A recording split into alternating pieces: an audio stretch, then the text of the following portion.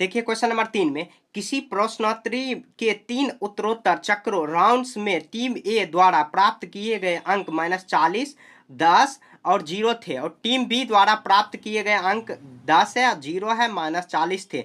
Team B में यहाँ पे किस टीम ने अधिक अंक प्राप्त किए? क्या हम कह सकते हैं कि पूर्णांकों को किसी भी क्रम में जोड़ा जा सकता है? देखिए बहुत आसान है, क्वेश्चन थोड़ा बड़ा लिखा हुआ है लेकिन है बहुत आसान। देखिए हम लोग समझ लेते हैं।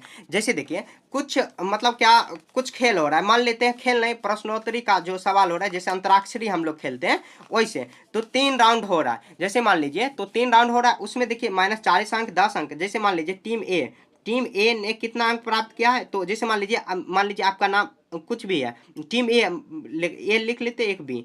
जैसे 2 है, उसको मान लीजिए एक बार 2 रुपया, एक बार 5 रुपया, एक बार -1 रुपया, मतलब जो रुपया दिया गया उसमें से भी 1 रुपया रख लिया गया। और टीम बी को एक बार 5 रुपया, एक बार -3 रुपया, एक बार 4 रुपया दिया जा रहा है। तो कौन अधिक अंक मतलब किसको अधिक रुपया है, तो हम लोग तीनों को जोड़ के, मतलब ए का जोड़ेंगे और बी का जोड़ेंगे तभी पता चलेगा। उसी तरह यहाँ पर बनाएंगे। ये बहुत आसान क्वेश्चन है। यहाँ लिखेंगे, देखिए सॉल्यूशन में क्या लिखेंगे, बहुत आसान है, आपको आसान लैंग्वेज में लिख लेंगे।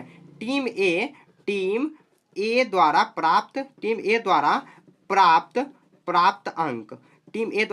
अंक क्या क्या प्राप्त किया, तो 40 अंक, उसके बाद 10, उसके बाद 0, उसके बाद टीम बी द्वारा ऐसे मैं यहाँ पर लाइन खींच दे रहा हूँ, मतलब वही आएगा फिर भी, तो 10, उसके बाद 0 और -40। तो लिख देंगे टीम ए और बी द्वारा प्राप्त कुल अंक या प्राप्तांक लिख देंगे, कुल अंक।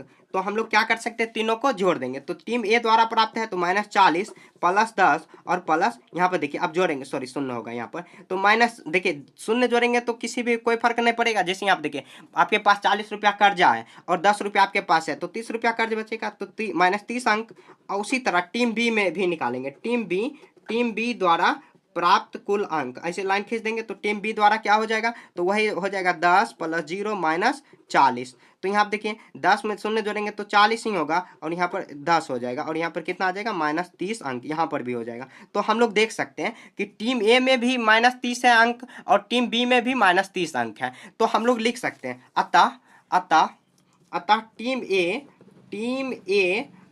टीम ऐसे लिख देंगे, टीम ए और बी दोनों समान अंक ही प्राप्त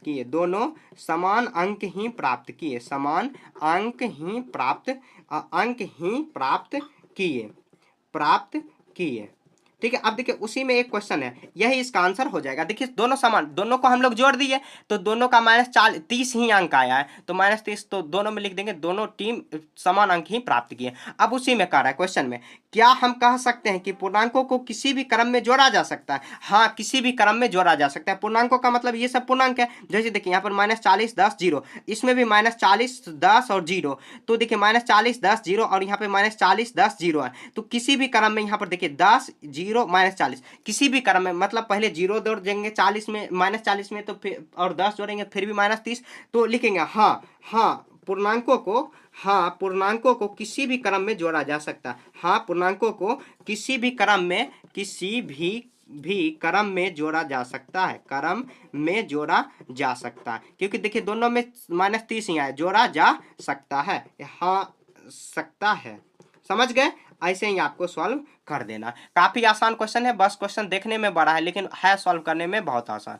ठीक है, ऐसे ही आपको सॉल्व कर देना है टोटल को।